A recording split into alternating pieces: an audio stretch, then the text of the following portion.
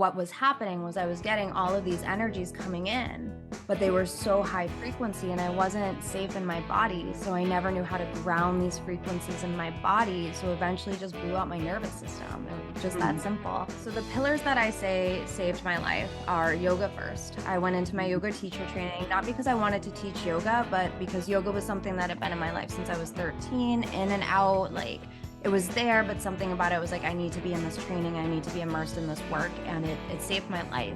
It saved my life 100%.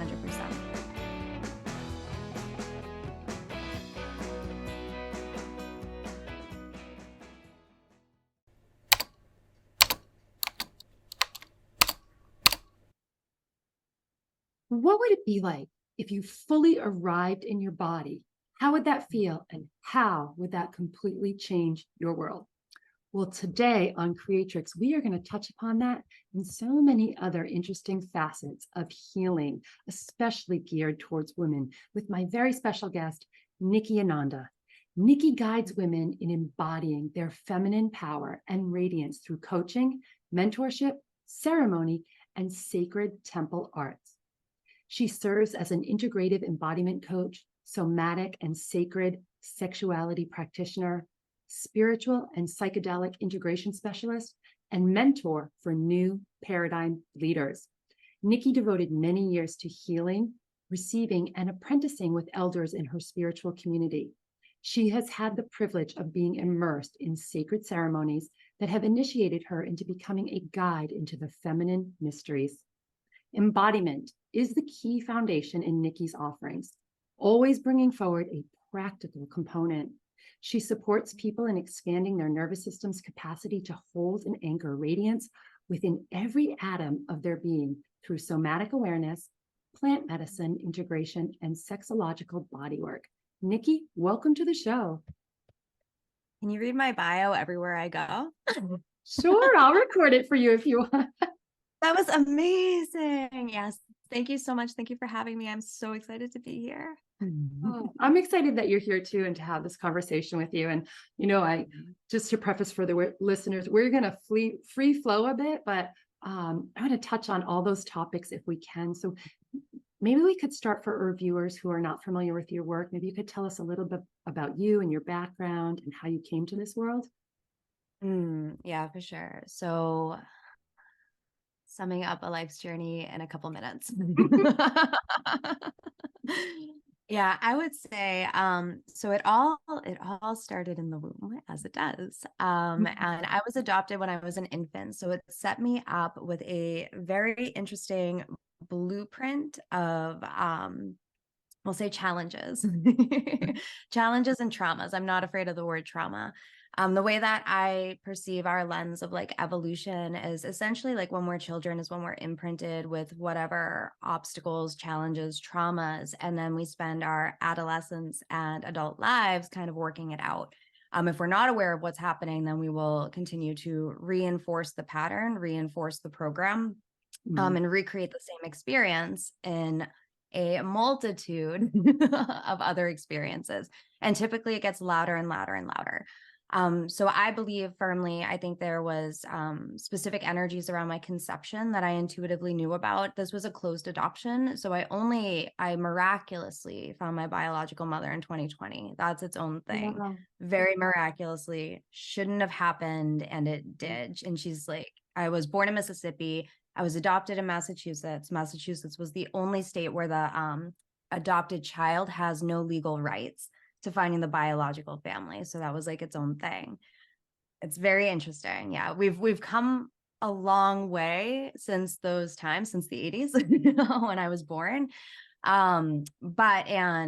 Systems like ancestry.com has really created like a disillusionment around like the mystery of like our biology in a sense. So yeah, so being adopted, at first I thought it didn't really have any effect on me. I was adopted in a loving home. Like, how could this matter? Like, I was 17 days old. I was like barely aware. And then as I got older and older and older, and by older, I should say in my 20s, I started to realize like, oh, this actually had a significant imprint on me. Now, the reason I came to figure this out in my 20s, when I was a teenager, I suffered like many of us, chronic depression, chronic anxiety. Like my first suicide attempt, I was like 12 years old. I was a baby, like young, struggling with like emotional complexities that I didn't see in my peers. Like it really felt unique to me. I ran away when I was 15. I had an assault when I was 15. And all of these experiences, like even though I was going through these traumas, my spirit was like really fire. Like I was alive. Like I really was like awake and alive in the world, living, even though I was like getting beat up on the way. Yeah, so cut through a few years, when my spiritual awakening started to happen, I started to see that these blueprints of the traumas I had when I was younger was why all these patterns kept recreating in my life. So it took radical responsibility, like radical responsibility, to start reclaiming my power and seeing how all of these dots were actually connected. And it's not like this path isn't for the faint of heart, right? Like we and our traumas are our gifts. And I knew that too. My first awakenings came in when I was super young too. I was 17. So I always say that my awakenings from 17 to 24 were just that. They were just like awakenings. Like I started to see the world for what it was. I started to see the patterns and the fractals and sacred geometry and all of these beautiful things.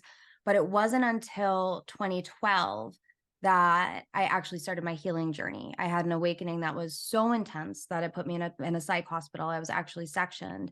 And after that, I knew that what was happening was I was getting all of these energies coming in, but they were so high frequency and I wasn't safe in my body. So I never knew how to ground these frequencies in my body. So eventually it just blew out my nervous system. It was just that simple. Yeah. So after that experience, and that was December of 2012. So that was kind of like a big time on the planet. Oh yeah. I moved that month. Yeah.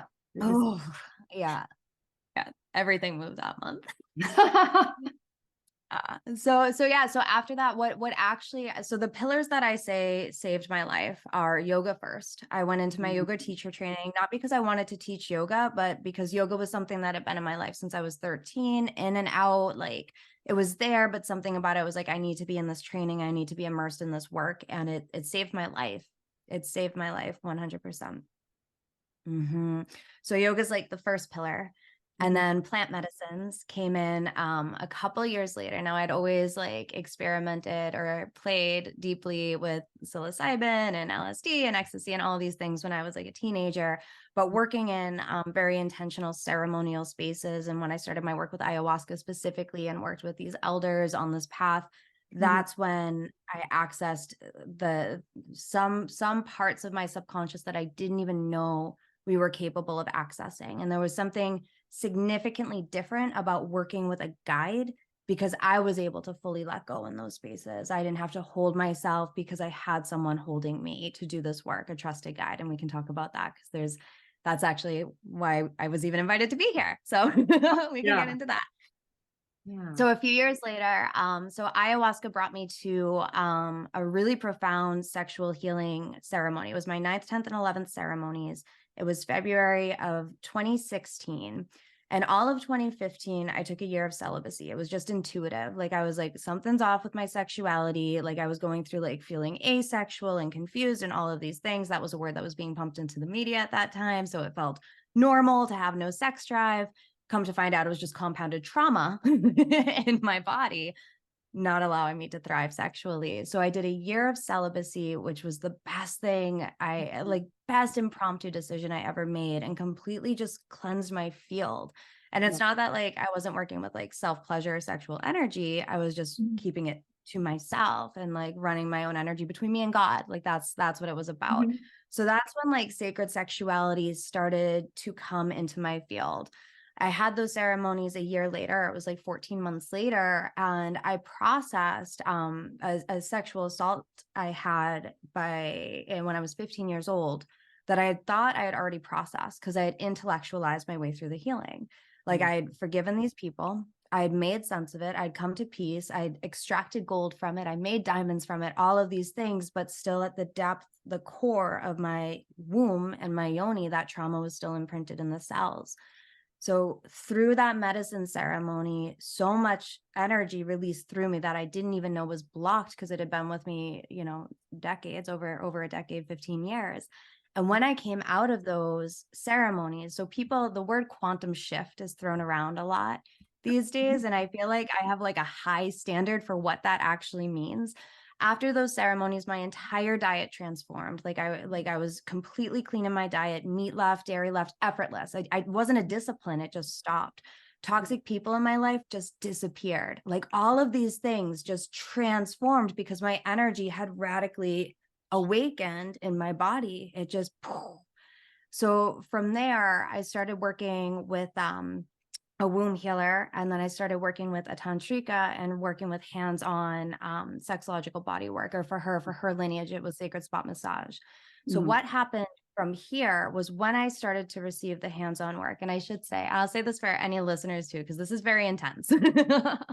When I first heard about like yoni de-armoring or yoni massage, I was absolutely terrified. I was like, no, like this is never going to happen. I met this woman who was my practitioner Mm-hmm. um 3 years prior, and I was looking for like someone to coach me around sexuality, sacred sexuality, and she was like, by the way, I offer this hands-on work. And I was like, nope, like no way. So after these ceremonies and going deep into the womb work, she started popping up in my consciousness, and there was just like that knowing and like the terrified, like, oh my God, am I actually going to do this?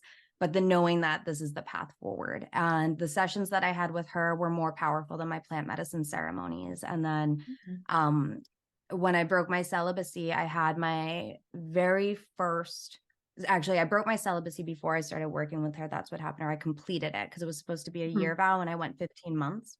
And there was this man, he was like perfectly emotionally safe. There was no like romance there, but I was at this point where it was like, if I don't have sex now, I'm going to never have sex again. Like I could just tell that the momentum. There were two paths. There were two paths. And this is a man who was like an Ashtanga yogi. He was so embodied. His energy was so clean. He was a Reiki practitioner. I was like, this feels safe for my body to reintroduce me to this energy.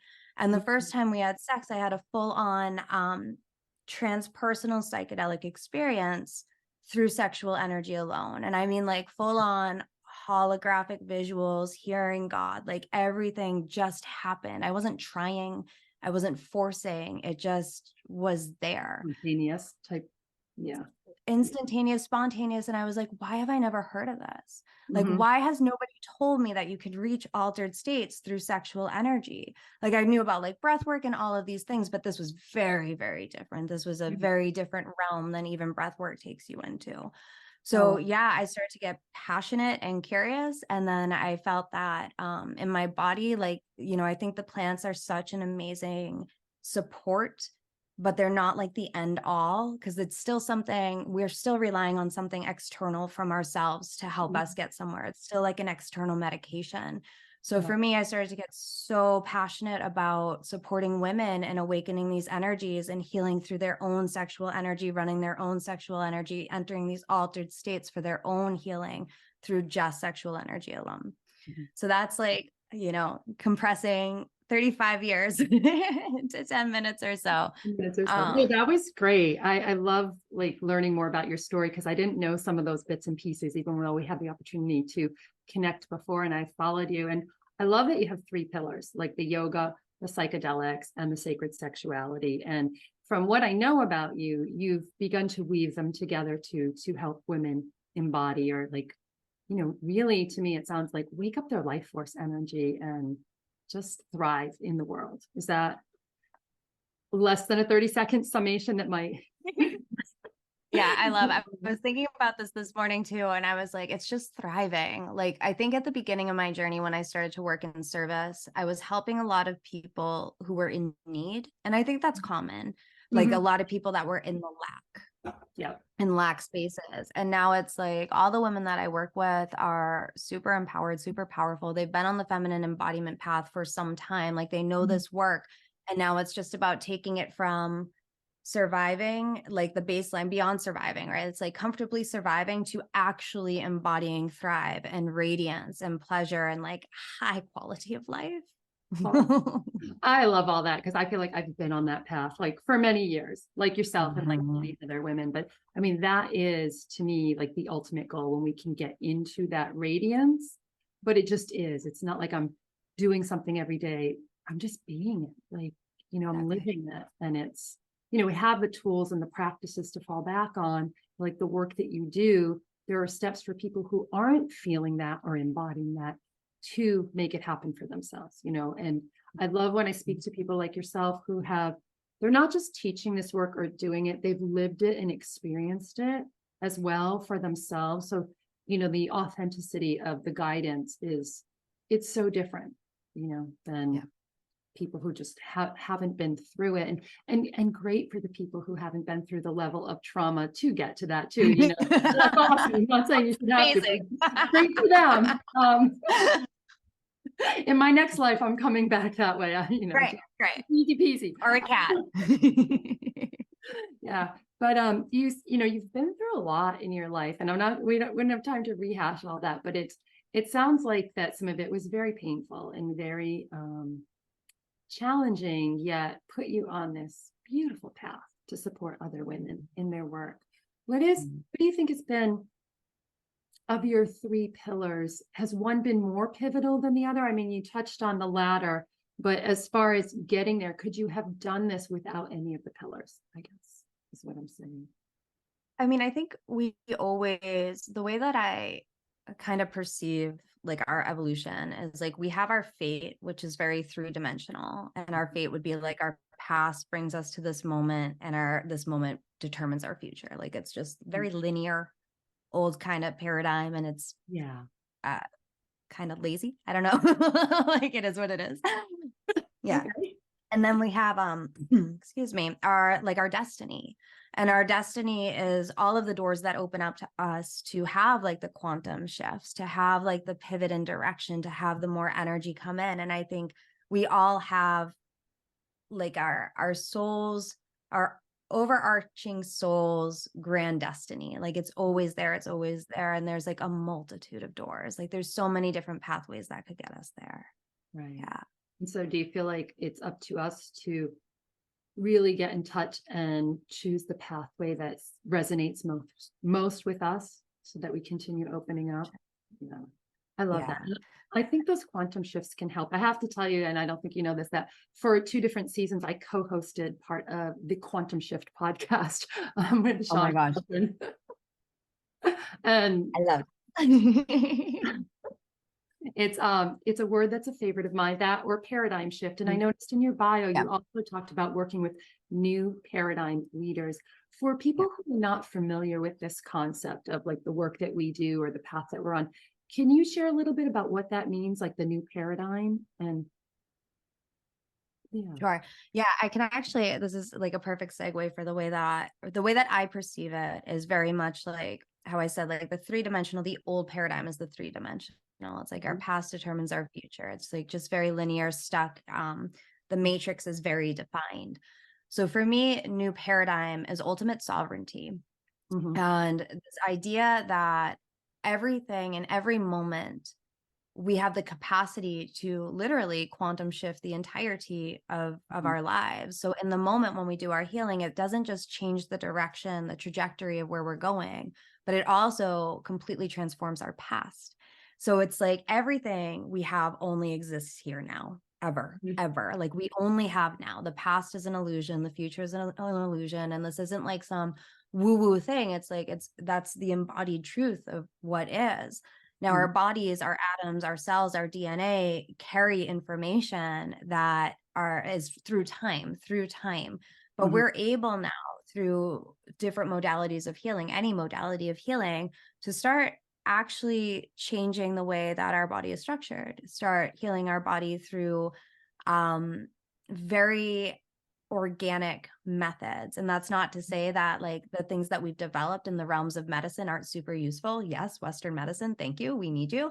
But it's now understanding that a lot of the stuff that we've over diagnosed or over medicated for, we're able to transform in an instant. Like time is just moving differently now. So to me, like the whole essence of stepping into new paradigm leadership is really claiming that responsibility, Mhm. our ability to respond to everything in our life and be that, I work mostly with women, that queen who has responsibility and reigns generously, devotionally to everything that touches her life. Mm. So I think sovereignty is the key word when it comes to new paradigm.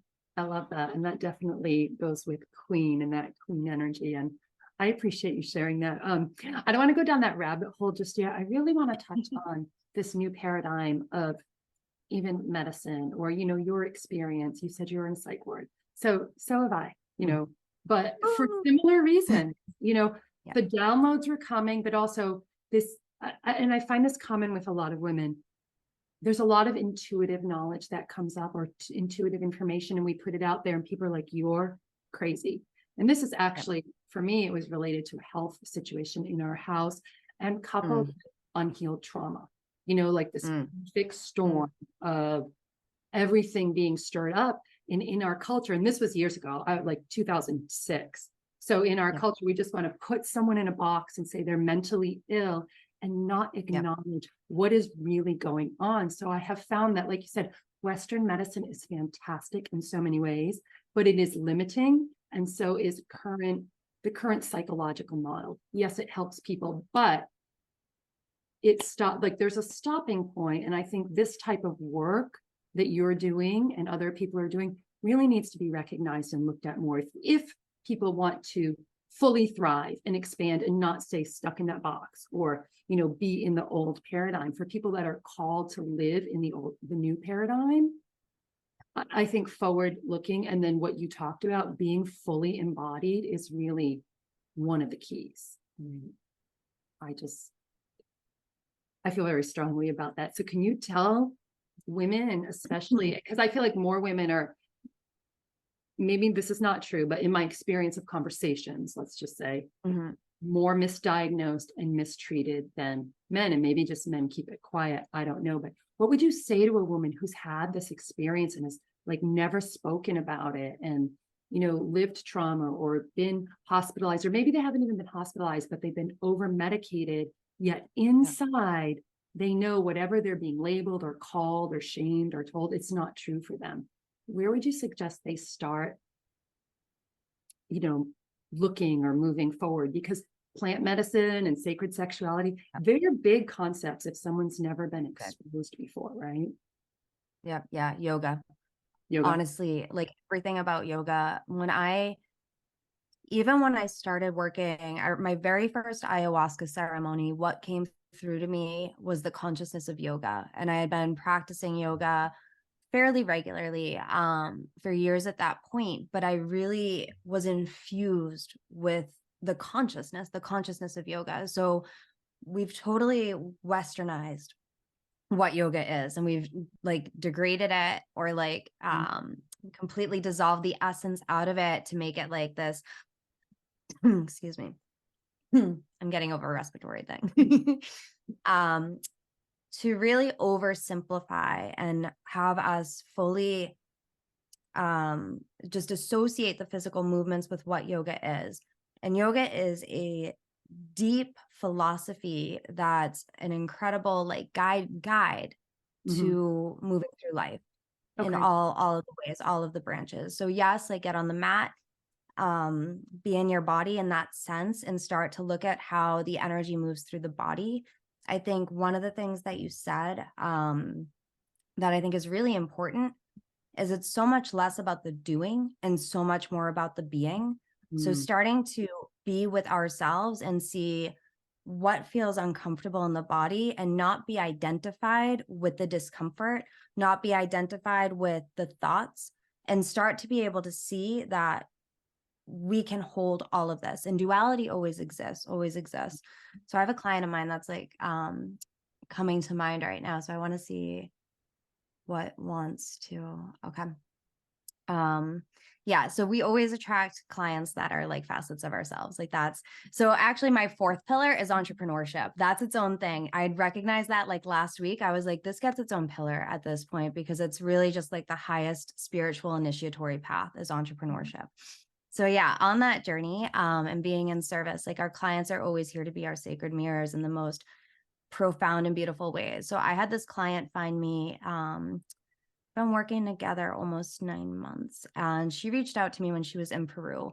And not everyone should work with plant medicines. This is what I'm going to say, because it can, especially if you have, like, like obsessive compulsive, it can be really triggering, or schizoaffective. Like there's certain things that it's like not necessarily super recommended for. So I work with a lot of people that have been in psychedelic spaces that ended up creating more chaos than clarity through these spaces. So I do a lot, and that's the integration piece. I do a lot of like remediation, reparation. So this woman came to me. Yeah. This woman came to me. She reached out to me when she was in Peru and had a ceremony that was like so intense and put her essentially in a psychosis. So we've been working through, not making any of the thoughts that are coming up wrong, but also not feeding them. So allowing them to be there as she starts to cultivate more of the things that she desires. And it's been a long journey, and the breakthroughs that she's had in the past 3 months have been like, we just celebrate and laugh all the time now, because it went from like her own personal hell, like that's what we call it at this point, into like, oh my God, like life is fun. Like this gets to be fun. So I wouldn't recommend necessarily people who are starting.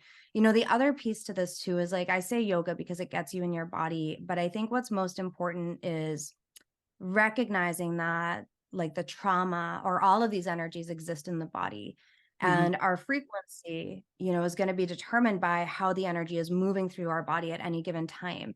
And whatever our frequency is, our thoughts just mirror the frequency.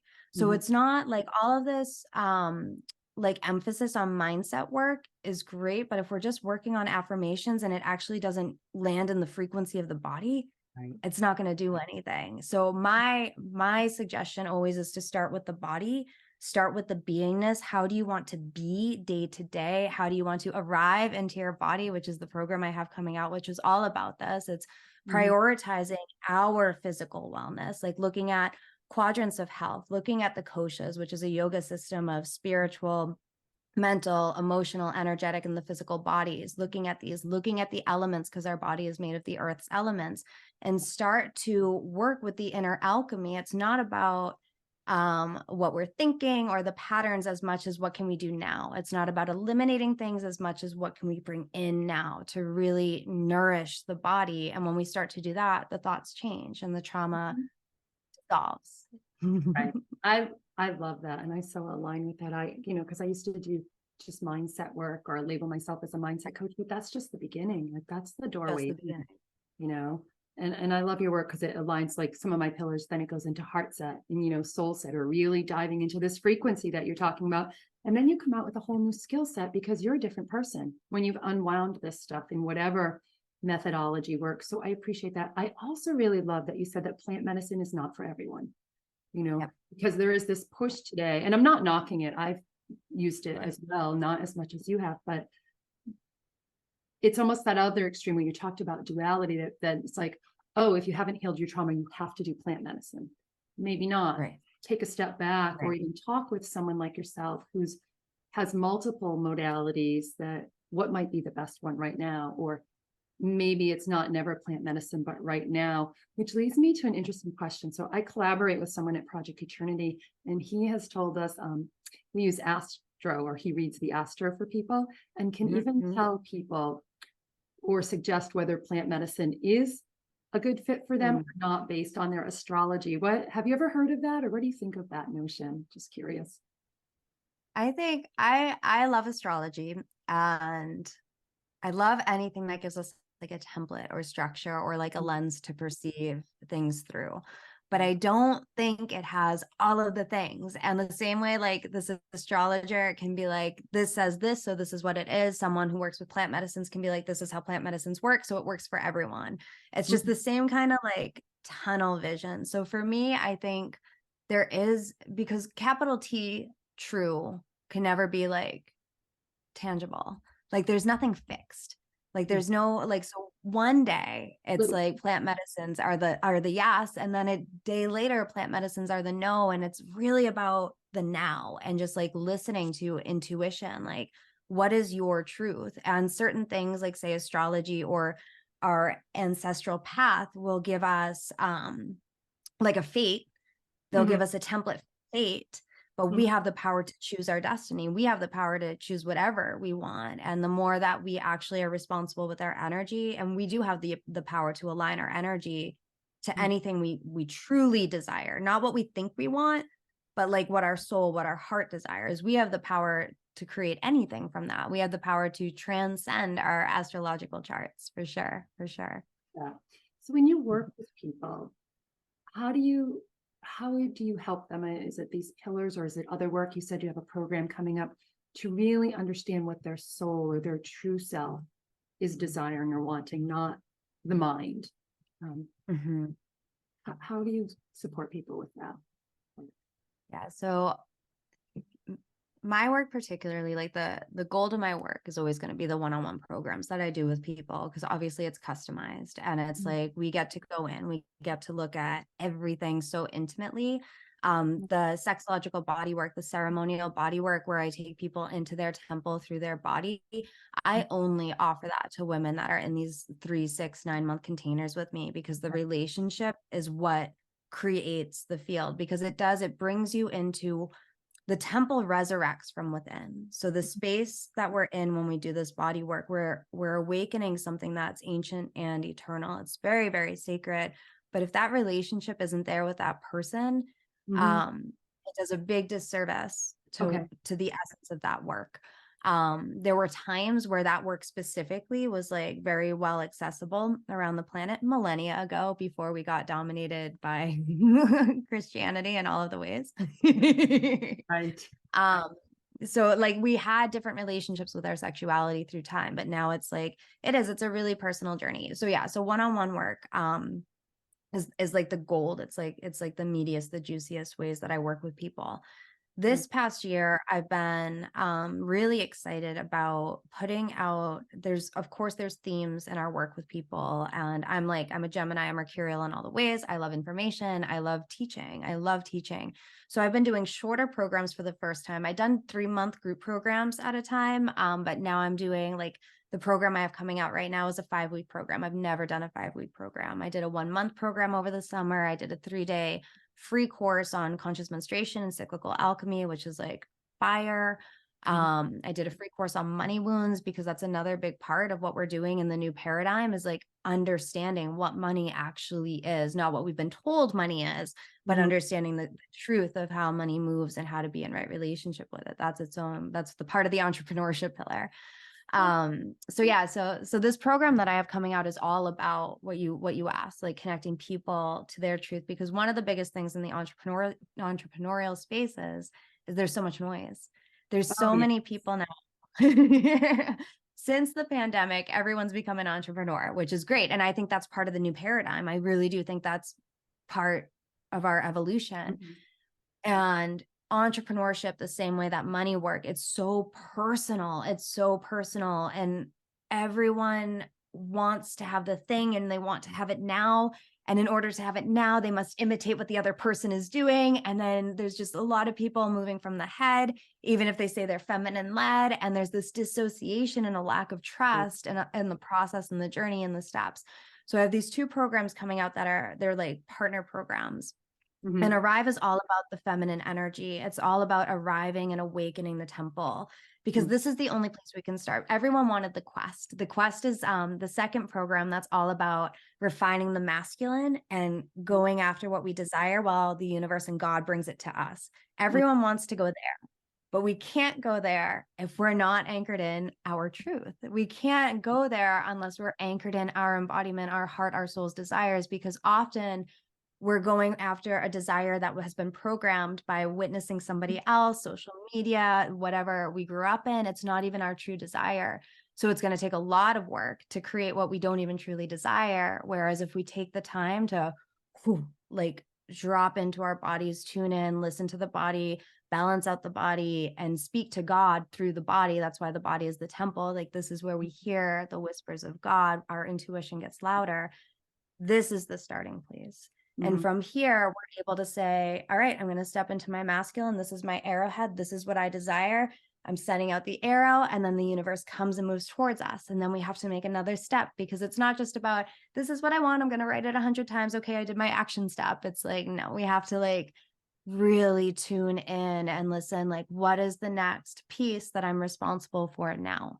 So those are the two programs right now. I know they're going to be like masterpiece programs. I have never been like, we get initiated when we're putting out our own work. So to have Agreed. a month that I've been putting out Arrive, I've been like initiated deeper into my bliss, into my pleasure, into my body. And I'm like, this is the best thing I've ever done. Like, this is literally the best thing I've ever done, bringing out this program for me, for me. And everyone else gets to benefit. It's perfect. It's perfect. Well, Yeah. And sometimes these will be go like, ahead. yeah. And these will be forever, for like that, they're forever. They'll be in my archive forever, which is really, yeah, it's really cool to do that. That's awesome. I really love that. I was having a conversation last week about people teaching stuff just in general. Like, oh, if you can't do it, you teach it. And I was like, I don't think that's true, because I've taught on topics that are embody my work. And it's what you said, I learn it at such a deeper level. I begin to embody it even more. So it's like teaching it and doing it. And, you know, listening to you speak and talking about the arrow, it's not about just being all in your divine feminine or all in your masculine. It's learning how to trust and listen and, you know, use the one when it's needed, because one without the other is imbalanced, at least to me. I don't know how you feel. Exactly. Yeah. Yeah. Yeah. And I think the balance is so unique to each person. So even we outsource, what does balance look like? And we start to come out of our power because we're not even tuned into that very delicate center where all of that information comes from. And that's why the feminine has to come first. It's our being first. And once we tap that, then any action we make from our true being is going to have a high ROI, no matter what. No matter what. Awesome. So ladies, if you're listening, trust yourself and tap into the inside. And if you need support or really want to kick it up a level, reach out to Nikki. I have a question for you, because we're getting short on time, about that. You mentioned working with a tantrika. So do you consider yourself a tantrika now? And you, or is, you know, can you explain to someone who doesn't know what that is, the term?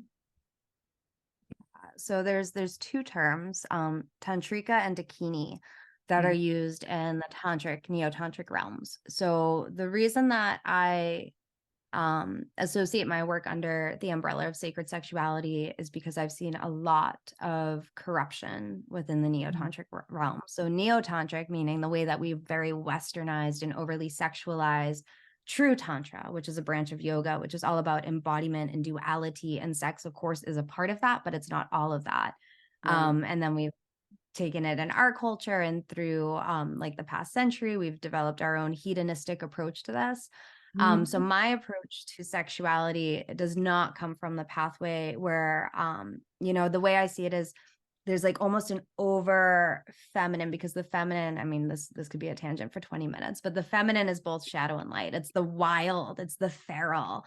So when we have that without the masculine light, like that Christed consciousness side, and it's just that wild feminine, it becomes hedonism. And a lot of people will say, yes, hedonism is sacred. And sure, of course, all of life is sacred. There's nothing in life that isn't sacred. But I think that sexual energy is, I know that sexual energy is the most powerful energy that we have on the planet. And when we're entangling and mixing our energies with other people and with certain energies, like certain deities and stuff like that, it's not in the highest service. It's not in the highest good for all. And I've worked with a lot of women that have come out of that tantric space that like wake up and they're like, oh, this doesn't feel good. This is not right. I've been misled by all of these stories. So yeah, so for me, sacred sexuality, definitely I lean more towards celibacy than hedonism, but there's a middle path, of course, but it really is about relationship to self. So we can be that clear vessel, because the energy, that sexual energy, is creative energy, and we create whatever our frequency is. So the cleaner our body is, the clearer our relationship with our sexual energy, the more precise our creations will be for the highest good of all. I appreciate that. You know, on the quantum shift, we used to have a saying, and I've carried it over. It's like the most important relationship is the one we have with ourselves.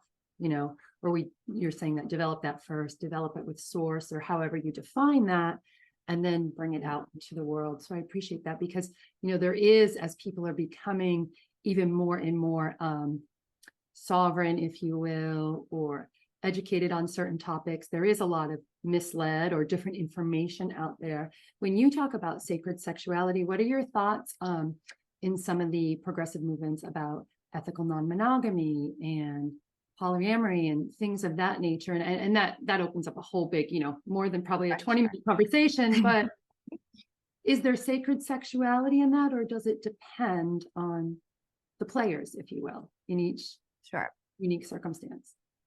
So I have like a really clear, and I'll probably feel this way until I die. I believe that us as adolescents should be taught to be polyamorous. I believe that we should be dating multiple people to find ourselves through the people that we're dating, to prepare for monogamy. I feel that what we have done is we have made monogamy this indoctrinated culture. So we do it because it's the thing to do, and it's not conscious choice monogamy. And we don't know that there's other options. So a lot of people rebel against indoctrinated monogamy to go explore all these other things, which is essential. And I think it's incredibly healing. And I personally believe that ultimately what we desire is union with one person, intimacy with one person. I believe that that's what the soul craves and desires. And I've witnessed and experienced many people evolve through polyamory to also find that to be true as well. So I'm getting a lot of evidence in my field that like there's something accurate about that. Of course, like we're all so unique, and who am I to say every soul? I just have a hunch that divine union in self first is met by having that partnership, and we crave that intimacy. And if we have multiple partners, we don't get that concentrated intimacy, which comes with a lot of self-realization and self-responsibility and shadow work and a lot of things that we don't want to do, which is why polyamory is a great place to start. But it's I think we have it backwards, because I think a lot of people go from indoctrinated monogamy to polyamory. And I think kids should be taught to date multiple people at once and find yourself, know who you are, know what you like, know what you like. Yeah. And we could say that on many levels, that they could find themselves and just get to know themselves without all the programming. Right. And just, I think if they were given that opportunity, they wouldn't have gone through all the trauma or the years of healing, like someone like myself, or, you're a bit younger and you've been through a lot too, if we were just given some of those opportunities. We are going to have to wrap to honor your time. I could ask you questions all afternoon. I have so many that are coming up, but on so many topics. Before we wrap, is there anything you want to share with our listeners who are still here with us about your work, your vision, your beliefs? The floor is yours. I think the one thing I wrote this, this was part of my text in a post that I did promoting for Arrive. And I really think it's important. When people come to work with me, like I have no interest in creating replicas of myself. And I think we see a lot of that in the personal development spaces. So anyone who's feeling called to work with me, the invitation is that I will gently, eloquently, and directly hold the space for you to go deep and meet yourself and find your own processes, for sure. Oh, I love that. That's beautiful. And if people do feel called to work with you or are more curious about your work or your upcoming programs, where can they find you? Yeah, so Nikki Ananda is my handle across all the things, nikkiananda.com, Nikki Ananda on Instagram and Facebook. And I have a free Facebook group that's like, I have the Conscious Menstruation Program, the Cyclical Alchemy Program, Money Wounds, and Introduction to Healing the Feminine Wounds. Like there's a lot of good free stuff in there. So that's the Diamond Light Temple on Facebook. Nice. I love that. And I really enjoyed our conversation today. I've gotten some little gems out of it for myself. I hope our viewers have too. I love your smile and your energy and your enthusiasm and really how you honor your work and create sacred space for women to thrive. So thank you for what you're doing in the world. Thank you for being here, Nikki. Thank you so much for having me. This was so much fun. Oh, my pleasure. Maybe we'll have you back if you would like. But thank you all for listening and watching. We hope this has been of service to you. Definitely reach out to Nikki if she resonates, or if you're curious about what yoga is, or, psychedelic medication, or sacred sexuality. She's got it all in one, all the pillars, and even entrepreneurship. I can't wait to learn more about your fourth pillar. So thank you all for watching. Appreciate your time.